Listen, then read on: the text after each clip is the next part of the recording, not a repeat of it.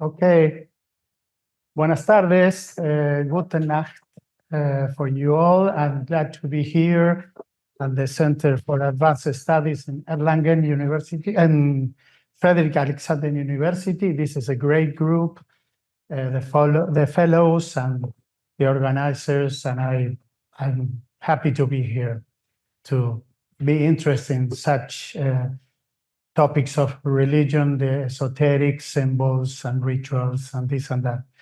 My presentation today will summarize a little bit some of my research among the Qom, the Toba of the Argentine Chaco region. The topic of this presentation is as follows. Native churches in the Chaco region condense the largest amount of social relations and cultural symbols pertaining to current Qom identity, generally known as Evangelio, which literally means gospel. I suggest that these churches can be regarded as a creative form of neo-shamanism because it includes a wide collection of therapeutic practices carried out previously only by Pionak, which is the word for shamans. In this regard, pastors as well as believers seem to have access to sacred powers in a sort of collective shamanism. Furthermore, currently, old-style shamans coexist not only with Evangelio practitioners, but also with new shamanic expressions where various therapeutic traditions converge. This last case is what we will deepen in this presentation. The roadmap of my presentation will include some features, some information about the setting, the history, how I did the ethnographic practice, and how I consider ethnographic practice in the current world, some ideas about the home world or Weltanschauung, using the German word that is so great. And then finally, I will do 2 slides about the synthesis in relation with we could say intercultural comparison between different systems, shamanic systems. Well, the setting, the Gran Chaco is in South America. You can see this is a region, northeast Argentina, close to the Paraguayan border. You can see some of the 2 communities where I work most, La Primavera and Misión Tacaglé, in the eastern part of the Formosa province. And the west part is the Wichi, and they belong to a different linguistic family. It's the Mataco-Maca family. The Toba, they belong to the Guaycuruan linguistic family with the Pilaga and the Mocoy peoples. Well, this is the entrance, the main entrance of Misión Tacaglé. It's a flat area, like a kind of semi-tropical pampa. It's a colony. They are called. This place is called Colonia Aborigen Misión Tacaglé, Misión Tacaglé Aboriginal Colony, and I will give some details later. You can see they have some dirty roads. They have brick houses and some palm trees houses. It's just as to you to have a sense of the geographical context.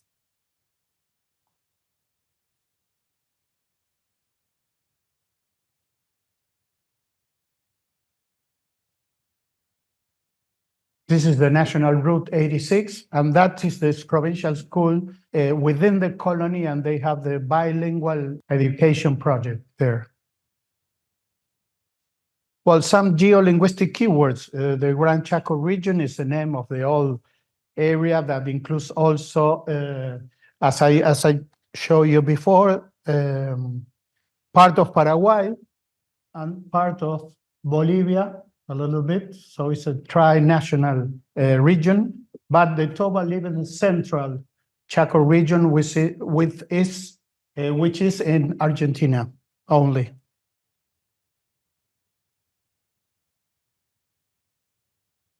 Well, other words are Argentine Chaco native peoples, Guaycuruan linguistic groups, as I told you already, the Qom, the Pilaga, the Moscovi or Mocoit, and the Mataco-Maca linguistic groups like the Wichi, which lives in the west of Formosa province.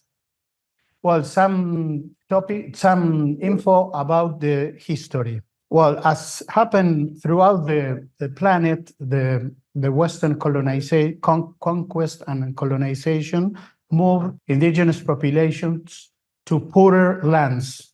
So in the Chaco, the historical processes are quite well alive in the memory of the elders and is also print in the landscape. So some issues of this historical process, I can say that the white occupation of the area by the military began in 1850. In 1880, central government sent a military force to move the Aborigines from the Chaco to poorer lands to start economic timber mills and that thing. They call the military conquest was called Conquista del Desierto, the conquest of the desert. So the Chaco, the region, was defined, we might say it here in the social science and humanities, was defined ideologically as a desierto, a desert. Desert from what? From the white culture, you know?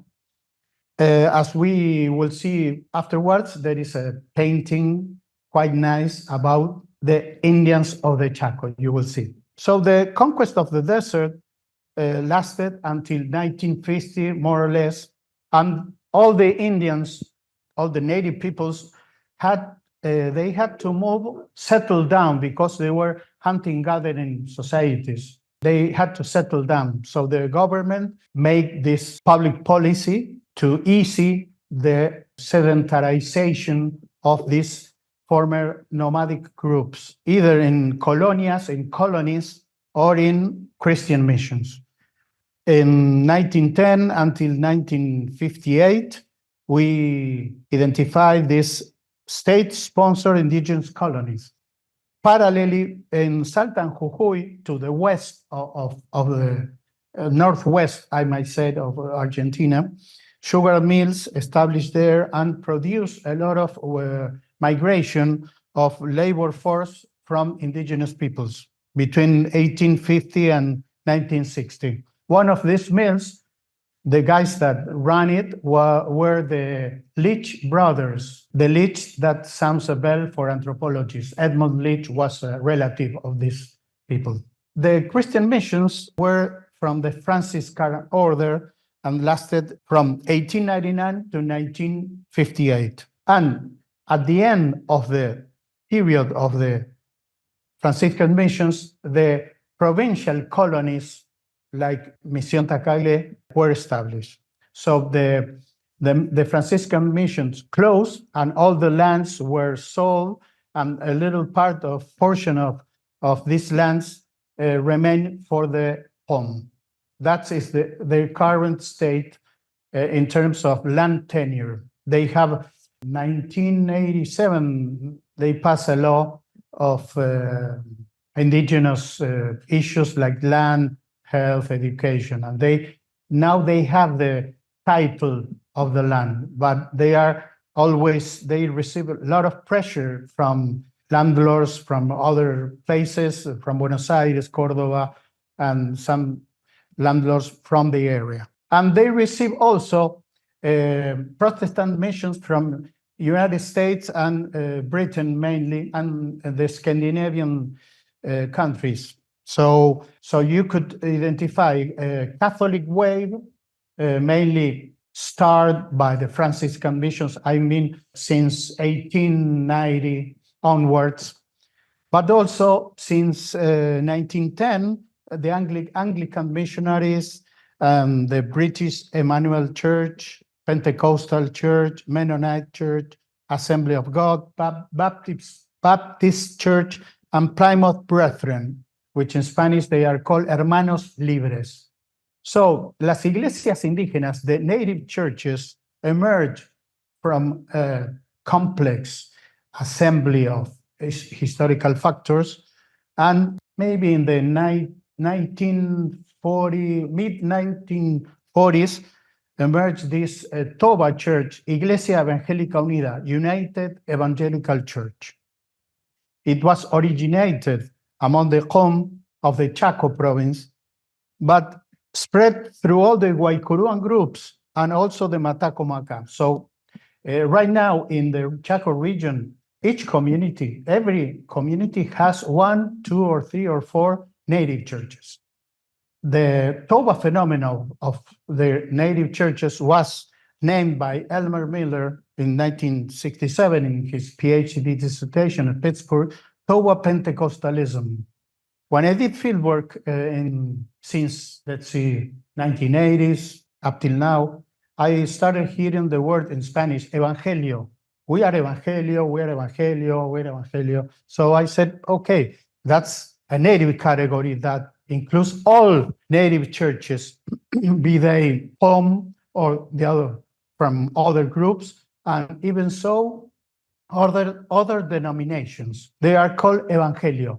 So that's a native category that shows, in some ways, the cultural force of the home society throughout the Chaco region, but also the cultural creativity of other groups that included or accepted this kind of social institution called native church. So the Chaco was a desert or a jungle. So this is a painting from Jean-Léon Pallier, French origin, but he was born in Brazil. It's in 1869. So you can see this couple in a canoe is the word, but resembles Emilio Salgari's novels about Sandokan, the pirates in India. So this is an ideology. So you can see a visual ideology of a white construction of an unknown land. So the Chaco is a flat area, semi-tropical. It has some forests here and there, but they never look like this. So I wanted to show you. This was so interesting to me because in the Argentine historiography and maybe in the New World historiography, the conquest of the Indian lands, the Aboriginal lands, started with ideological definition of the space as empty from the Western sameness.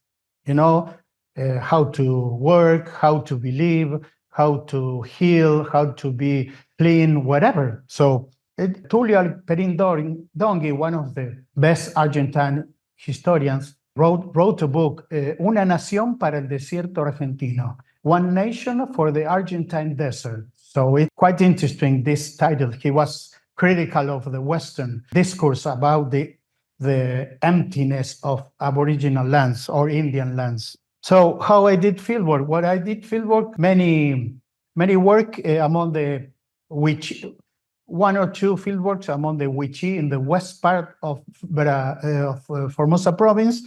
And then I went to the Shipibo Conibo in San Francisco Yaninacocha in the Peruvian Amazon once. I studied a little bit their shamanism, which is quite interesting, and it's very well known in anthropology, in the Peruvian one and in the world anthropology as well.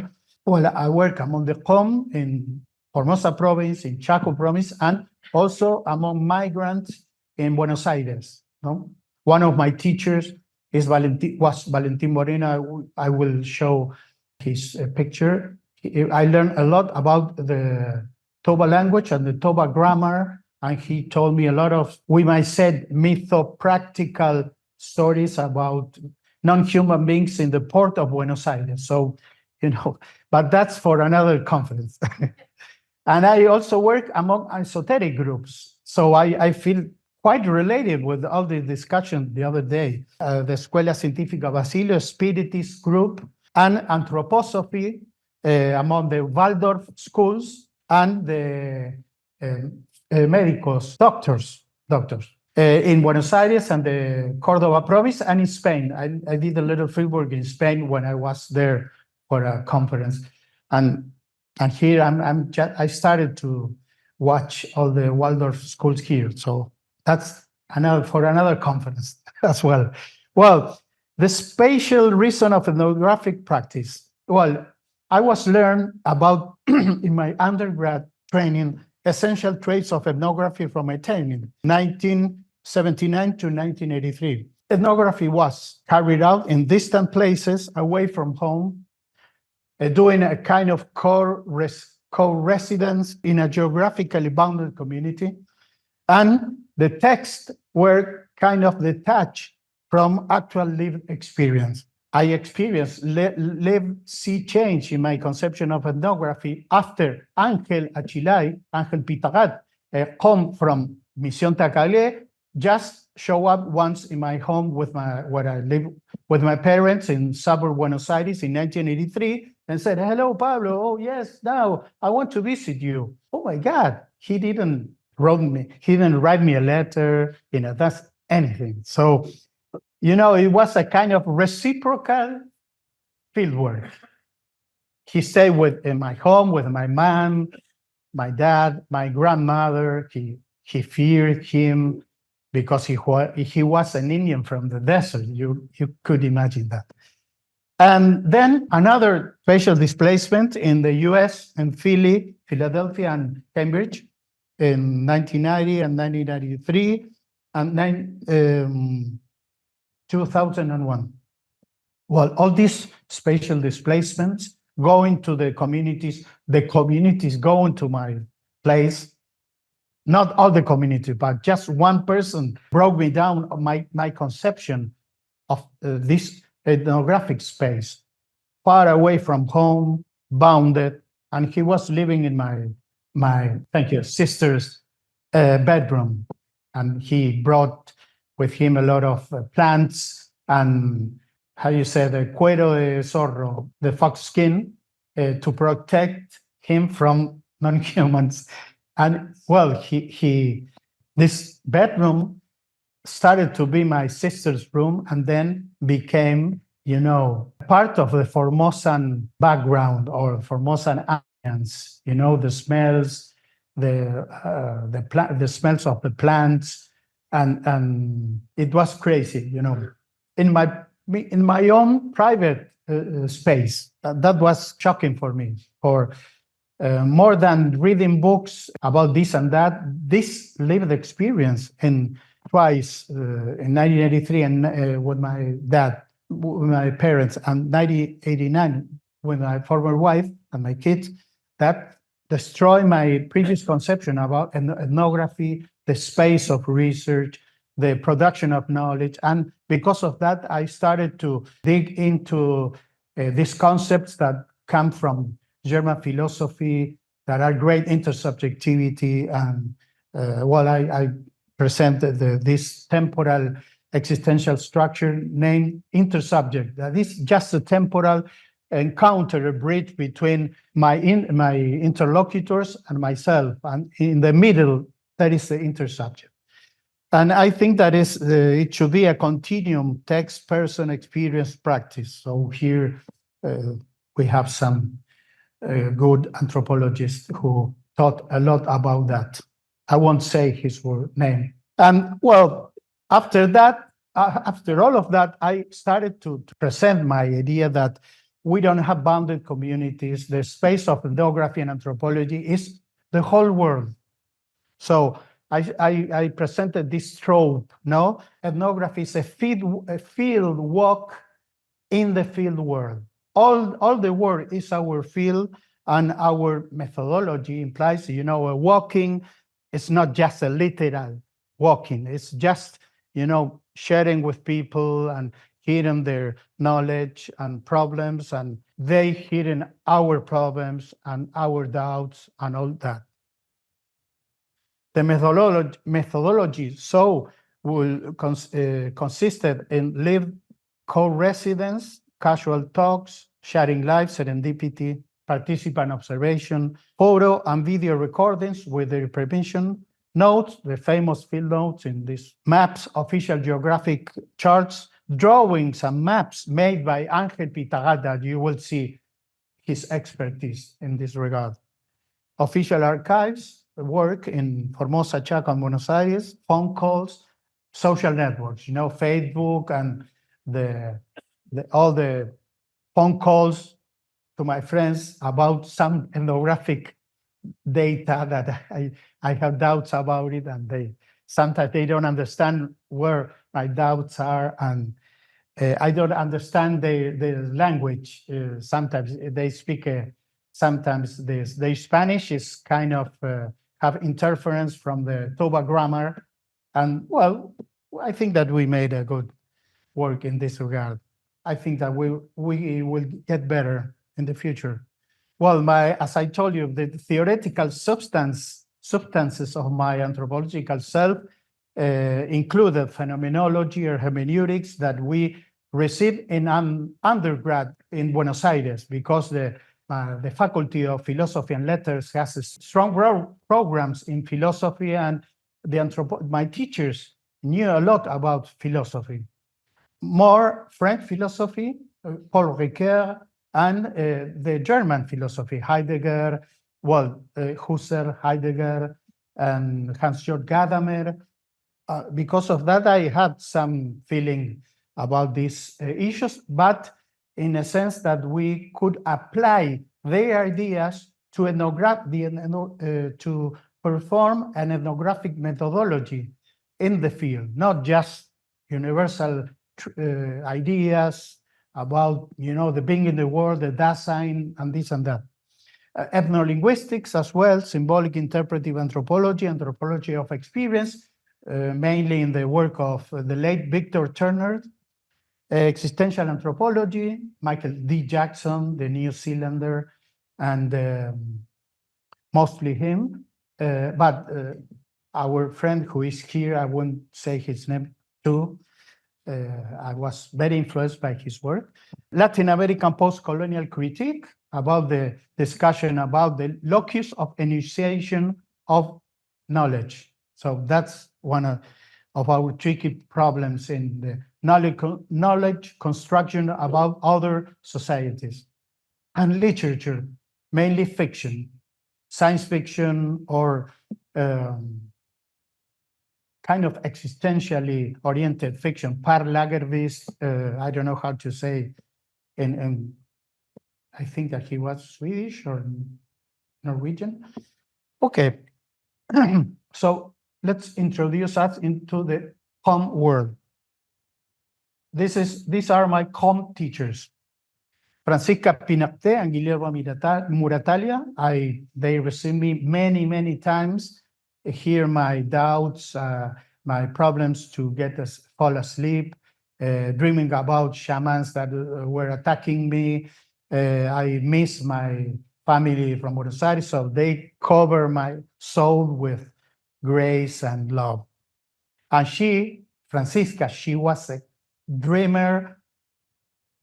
She might win the Oscar of the dreaming world. She told me so many dreams.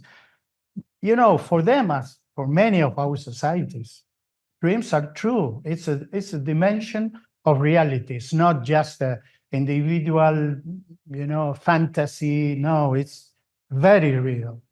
So because of that, my dissertation was the topic of my dissertation was the title, you might say, Being in the Dream, Postcolonial Studies or some postcolonial approach to Toba ontology. That was in 1997. So I owe them a lot of gratitude. This is Angel Pitagat. He's the drawer, the painter, the artist. He's the guy that went to Buenos Aires because he was a skilled hunter. Still, at the time, he went to the forest or to catch some ostrich or do some fishing. She was great. Catalina Almada, one of the powerful shamans of the colony, and Gil Castorino. He was the most powerful pastor of the Foursquare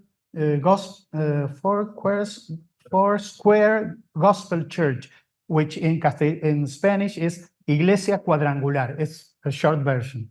He was the main leader, and he didn't want very much to talk about the past, because the past for the Evangelio believers is dirt, is ignorance, is sinful life still today. This is Crescencio Justo. He also was a great hunter, and he received power from the owner of the snakes. But also he was a Christian Evangelio believer, so he had this ambiguity, and it was funny because he asked me, Pablo, what kind of power do I have? So I look at the camera like in the TV show, you know, I'm the anthropologist, you are the Navy, you know, we don't. Ha ha ha. No, yes, I know that, Pablo. I know that. I don't know, but he had so incredible dreams about power donation and power struggle, struggle with other shamans, I might say. This is Alejandro Catache, another strong shaman, and his auxiliary spirit, it was called the Whistler, Nironak, the Whistler. The first time I met him, I was introducing myself and this and that. So he asked me, are you a missionary? Are you evangelico? No, no, I'm an anthropologist. Okay. After some minutes, it's already recorded there. He told me, okay, Nironak, he wants to give, no, Nironak fears you, your demeanor, your appearance, because you look like a disciple of Jesus Christ. Come on, no, I'm not, I'm an anthropologist. So, you know, and well, after a few minutes, he convinced his helper, shamanic helper, that I was a good guy. And then he told me, Nironak, he wants to give you power, haloik. He wants to koyani anoik, aroik. And I said, oh no, sorry, but I can't accept that. I fear, I'm afraid. I don't like that kind of stuff. I say other words, I'm just putting it briefly. Well, he looked at me as if I were a dumb guy, a dummy. Okay, after 1 week, I was staying in a school within the community, de la Primavera. And he asked me, hola, Pablo, ¿empezaste a soñar? Hey, Pablo, did you start dreaming? No, no, I told you already that I didn't want Haloik. I respect Nironak, your colleague, your partner, but I'm weak. I can't accept that. He laughed a lot. He couldn't understand why I didn't want to have the Whistler's power. This is Feliciano Castorino, the guy who is sitting. He was my last shaman, regular or classic shaman friend. I called him many times by phone calls after many years being in many field trips where I stay at his home, and he was great. And this is Pablo Sancay. He has a strong look, as you can see. He's a pastor of the Nazarena Church. I don't know the English name, sorry. But he's right now he's 95. This is a photograph of last July. I met him, I know him since 30 years ago. So we are both Pablos, and he has a strong power because of that, he can have the age that he has. This is Jose Fermin, Chichini. Well, this is in La Primavera community, this guy has so many auxiliary spirits. Everyone feared him in his community and also in Tacagle, which is about 150 kilometers west. But he allowed me to photograph and record a live shamanic session, the first one ever I had. So you will see afterwards. Well, this is my Toba language professor who lived in Buenos Aires, Valentin Moreno, who told me a lot of histories about non-human beings around the Puerto de Buenos Aires, the Buenos Aires port, and in other places of the city. So I published a chapter in a book called Histories of Buenos Aires. It's about his stories about living in Buenos Aires and all the non-humans and humans experiences he had with them. Well, cosmographies. I call my friend Angel's drawings cosmographies. They are visual images of the Toba world as Angel interpreted them, and sometimes they are visual answers to my anthropological questions. So I asked him, "Oh, Angel, could you draw a scheme or some sketch about how the Qom see the world?" "Oh, yes, sure." So he drew two kinds of schemes. One I could label a vertical model of the cosmos, and another one is a vertical, horizontal one. One is traversed by a central tree or axis mundi that in all hunting gathering societies is the same scheme. You know, the universe is a kind of layers, and the structure is maintained by a axis or a tree that is in the middle. So the shamans that have more power can travel through more layers. All shamans that have less power, they can just go here and there. He draw another multi-structure model with Carta our Father God at the top of all these layers. So that shows you the syncretism or integration or whatever you might call about within the Toba pantheon, the integration of Christian powerful beings. Being the first of all is God, which you will see afterwards. The other model is a horizontal model, is a more east-west. The word is an island of dry land, and it follows an east-west scheme because we were talking about the symbolism or spatial directions. You know, the morning, the east, the west, the sunset, and because of that, he was motivated to draw in this way. He didn't invent this scheme. It's already there in tales and shamanic experiences, but because he had these artistic skills, he could resume this, I might say, world view or world map in a very nice way. The other map is also an east-west scheme, and you can see the living and the dead opposing the living in the east side and on the west side the dead. This is Angel in my desk when he was drawing these drawings.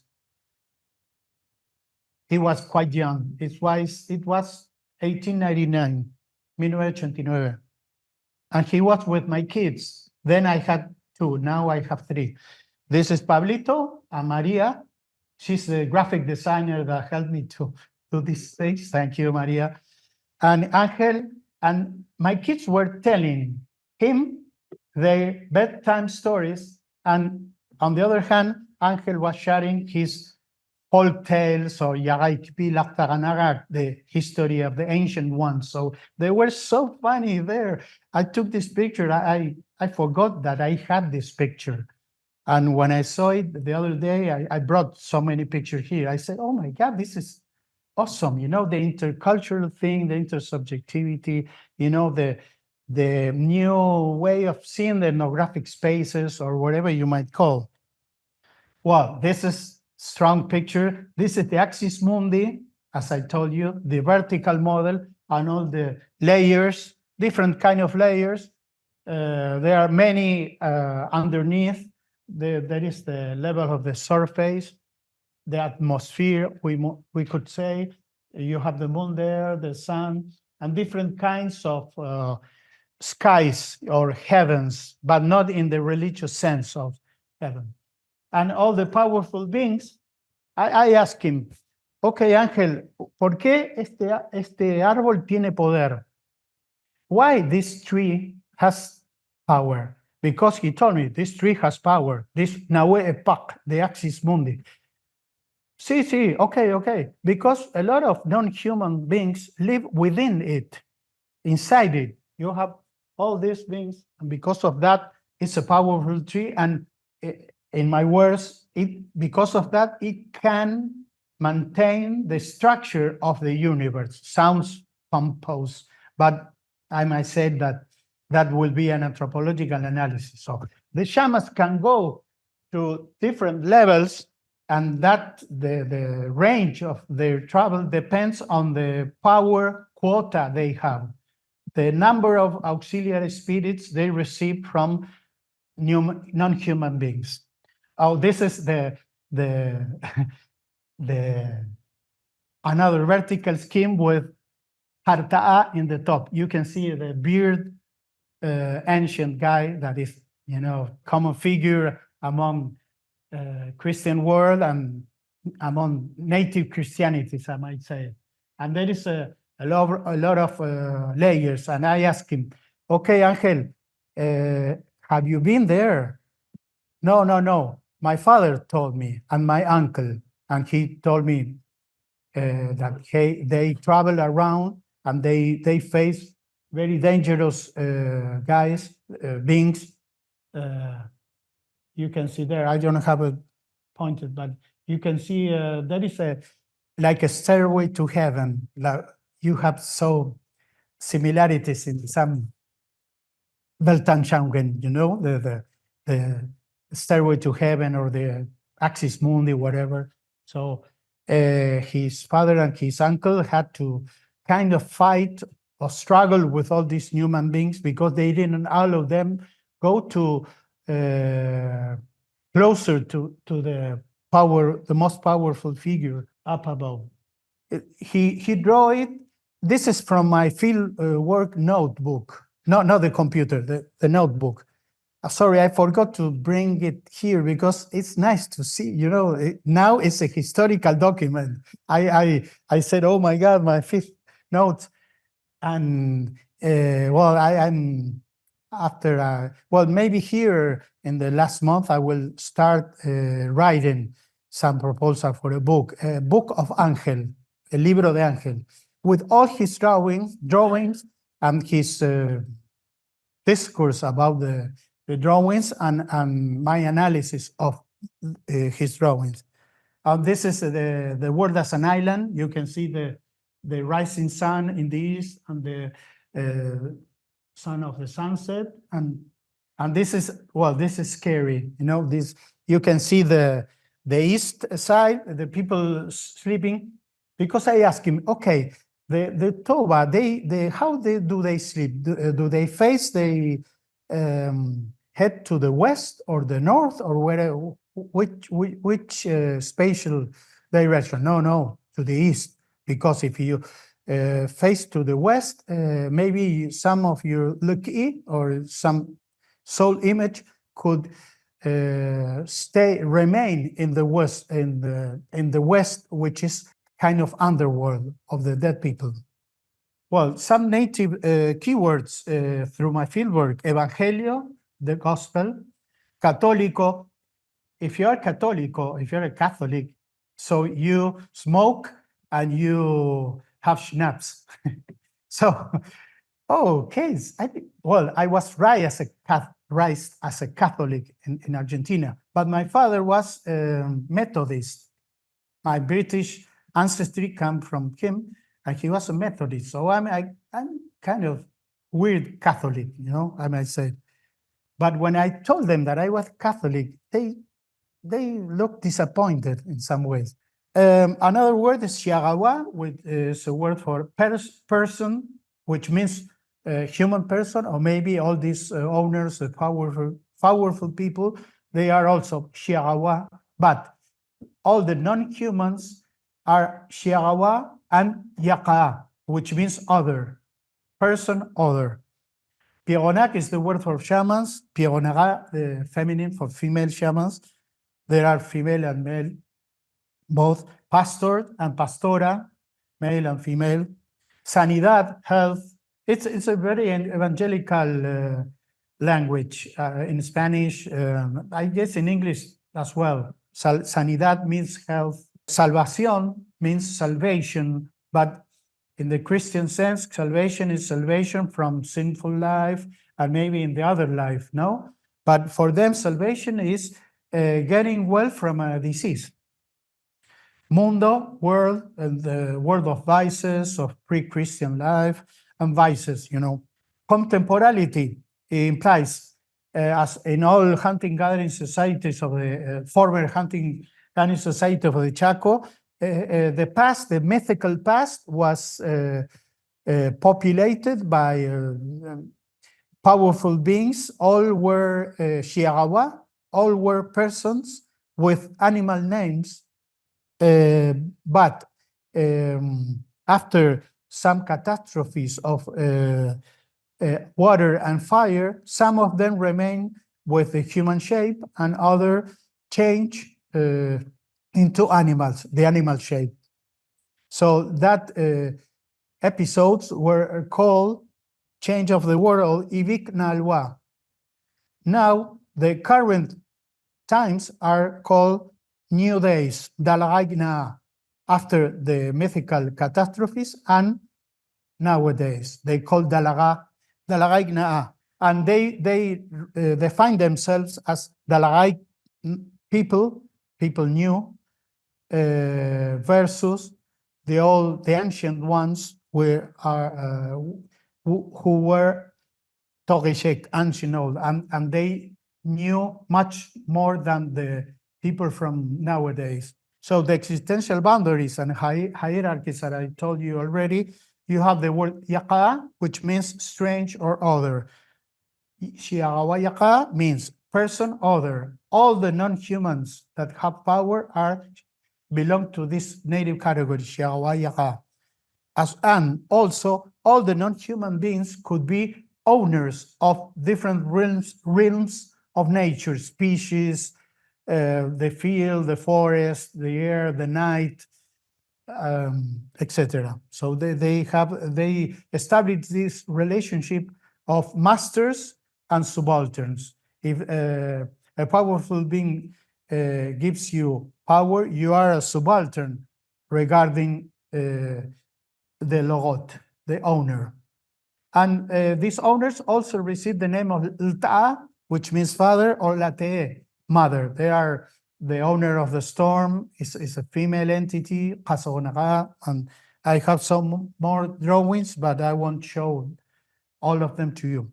Non-human relationships, well, their philosophy of life is like this. Humans are chogodak, they are poor, they are humble. Non-human beings are Saliaganek. They are rich, they are powerful. Though in terms of the morality of the Toba world, those who are Saliaganek, those who are rich, they have the moral obligation to give you, or to give us, the humble humans, some kind of power. Haloik, they call. Nyachek is the gift, is the act of giving away this kind of donation. And also in Spanish, they call bendición, blessing. Haloik is the word for shamanic power. And Lanyagak is more used in the Christian, in the Evangelio, among the Evangelio people. So in the present day, you have some healing systems among the Toba. You have shamans, you have the Evangelio pastors, you have curanderos, Creole healers, but both shamans and Evangelio believers, their power is based on gift from powerful beings, and that ends with initiation or a conversion. I call it metanoia. It's a word that is used in religious studies. I like it, the word, because once you have once you have this contact with a powerful being, the metanoia starts. It's not just a one-day thing. It's a whole process of incorporating power. So the shamanic initiation implies that power, you have three ways of becoming a shaman. The first is powerful beings offer power in dreams, personal encounters, or in visions. Dreams is in the oniric realm. personal encounter are in daylight. They just go around the Buenos Aires port or the forest in the Chaco area, and they encounter some non-human beings. So that's the story. The second way is Pierronac put their powerful saliva in a person's mouth. So some substance is transmitted physically to a person. And then the saliva start, like in the homeopathy is the word, start working in mysterious ways. And they feel that something is changing. They have some pains and some movements, and they start dreaming a lot with powerful beings that start communicating things to them. And the third one is auto-healing from an illness. It's a self-curation from an illness. That implies that the patient start being in contact with an entity that produces the illness, but instead of killing him or her, start this offering of power and this metanoia. So the outcome of this process is the possession of powerful non-human beings that are called Tagayawa or compañeros. The other entities, Lowanek, means helpers, ayudantes, that live either near or inside the shaman's body. And also, they witness the emergence of a protective power field of light, which is called Leraga. So it's funny because when they contact the Franciscan fathers, shamans wanted to test the Franciscans' field of power because they assess them as colleagues. The same happened with Protestant missionaries. So they applied their hermeneutics of the word to all the people that came into their places. So this is the owner of the earth, the most powerful being of the earth, which his name is Nowet. He's offering, I asked him, Angel, could you draw when one of these owners offer power to a person? Okay. So this is a non-human being, which is very non-human, as you can see. He's offering power to a hunter, and all these beings are the power offer. So Angel told me, okay, the hunter should choose 2 or 3 of all these beings that are offered by Nowet. And when they finish the communication, they cross hands, they shake hands, and that's it. So I asked him which was the name of each of these beings. I won't tell you all the names, but you can see it's very graphic, it's artistic and ethnographic and very calm, and it's wonderful. For me, it's one of the best drawings, and it's very useful to understand the conceptual scheme of shamanic, the Toba shamanism. Shamanic healing techniques, well, as all shamans across the world, they use suction, they blow, they put hands, they have prayer, and they chant. They do diagnosis by dreaming some kind of vision. Their auxiliary spirits advise them. And the gourd rattle that is no longer used right now, but in the past, it was an instrument for disease diagnosis. Well, I asked him, Angel, could you draw one of these situations of disease, shamans fighting disease? Okay, so you can see the bad one is sending the illness to the person who is horizontal, and this is the good one who is covering the bad shaman.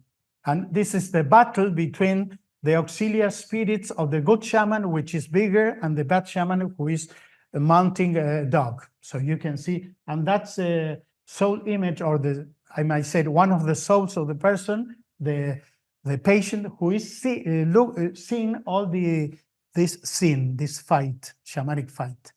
And this is a Shishini shamanic performance. He was looking to the west because it was almost at 6 o'clock, 7 o'clock. So Evangelio is, I can see, as a native kind of neo-shamanism, which resembles all the initiation steps that shamans go through. They have dreaming, auto-healing from an illness, and vision. And they, instead of shamanic auxiliary spirits, they receive white doves, light beams, and this and that. So the body of the creyente, the believer, experiences transformation and metanoia, but it's not just as the shamanic body. It's the same process. It's quite a little bit different. The Evangelio healing techniques are blow, imposition of hands, prayer, individual and collective prayer. The Bible is used as a therapeutic artifact. They use chant also. And diagnosis is also dreaming, vision, and the advice of auxiliary spirits, which for the creyente, the believers, are the white doves, beings, and sometimes they have angels. So this is one of the prayer, the healing session at home, because the pastor got sick, and a lot of the community of the church went there to make this prayer. And I saw a lot of shamanic techniques there as well. You can see the pastor, and behind is the most powerful shaman, female shaman, Tomás Aquino. He was blowing and sucking, disease from the pastor's body. This is one of the culto. They have the guitars. In the past, they had the guitars and drums. Now they have all the electronic instruments. This is a birthday anniversary, a communal meal. And this is a more current way of rituals. They have this dance, circular dances, and they have all this clothing.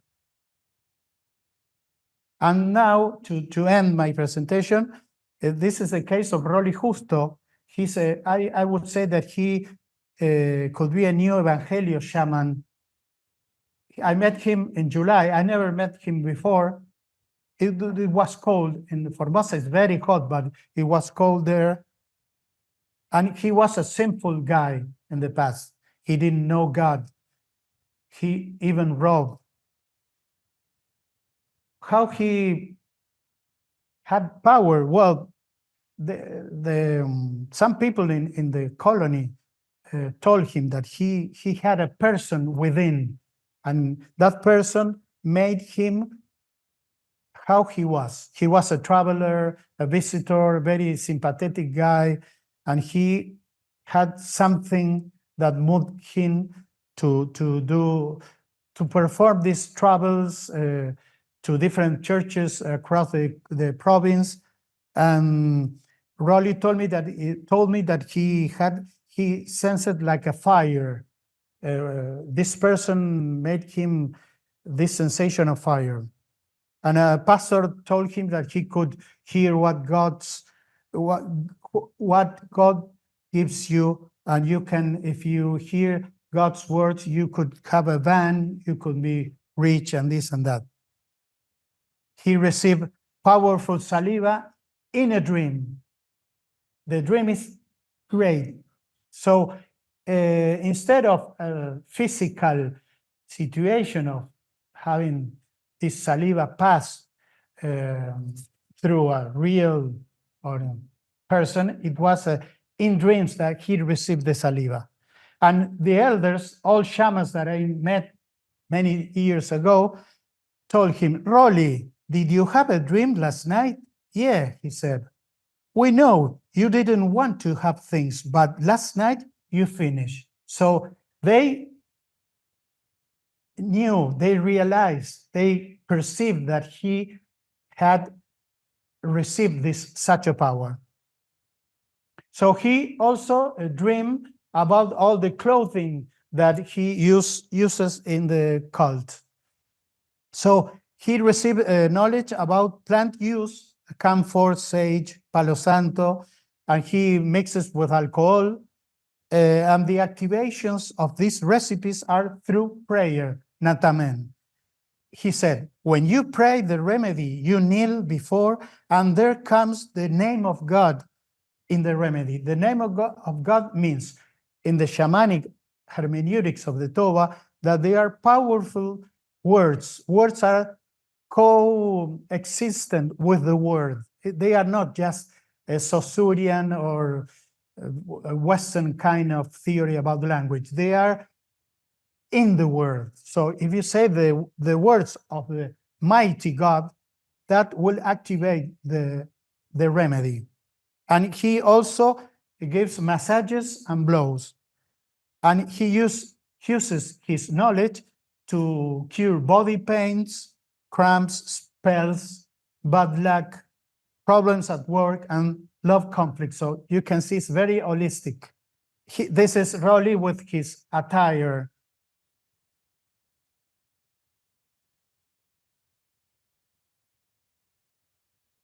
These are the remedies. He gave me once, but because I flew to Formosa, when I flew back, I couldn't pass, the checkpoints. I was so sad. He was so nice, and he had all these remedies, and the liveness of his experiences are great. So the difference between healers, Pierronat charged to cure, said Rowley. They either can heal or harm. But the name and the word of God are free. It's always to heal. So that's a great difference between these two religious or healing systems. So to finish, Evangelio-derived healing system is a creative, I can see it as a creative neo-shamanic synthesis. Dream as a pervasive dimension experience of truthful knowledge. We have open processes of mythopoiesis, mythopraxis, and cosmopolitics. Creative hermeneutics of power manifestations we can see all across our fieldwork. History falls into souls and bodies in fluid institutional context. Going to challenges for intercultural comparison across the Chaco region and elsewhere, we should see general traits, basic traits. For example, the political economy of similarities and differences in the processes of conquest and colonization, processes of evangelization, Catholic and Protestant, the logics of socio-religious fields within the nation's context, that's quite important, social structures and Weltanschauungen, paleontologies and neo-ontologies in shamanic and native churches, imagery and practices. So I think that we should see all these factors to understand and carry out comparative studies within the Chaco region and in different regions as well. And this is the last picture. It shows how the power of God come to believers in these reddish lines of vibes of power that they call l'eraga, like the power field that we were talking about. Okay, thank you very much for your patience.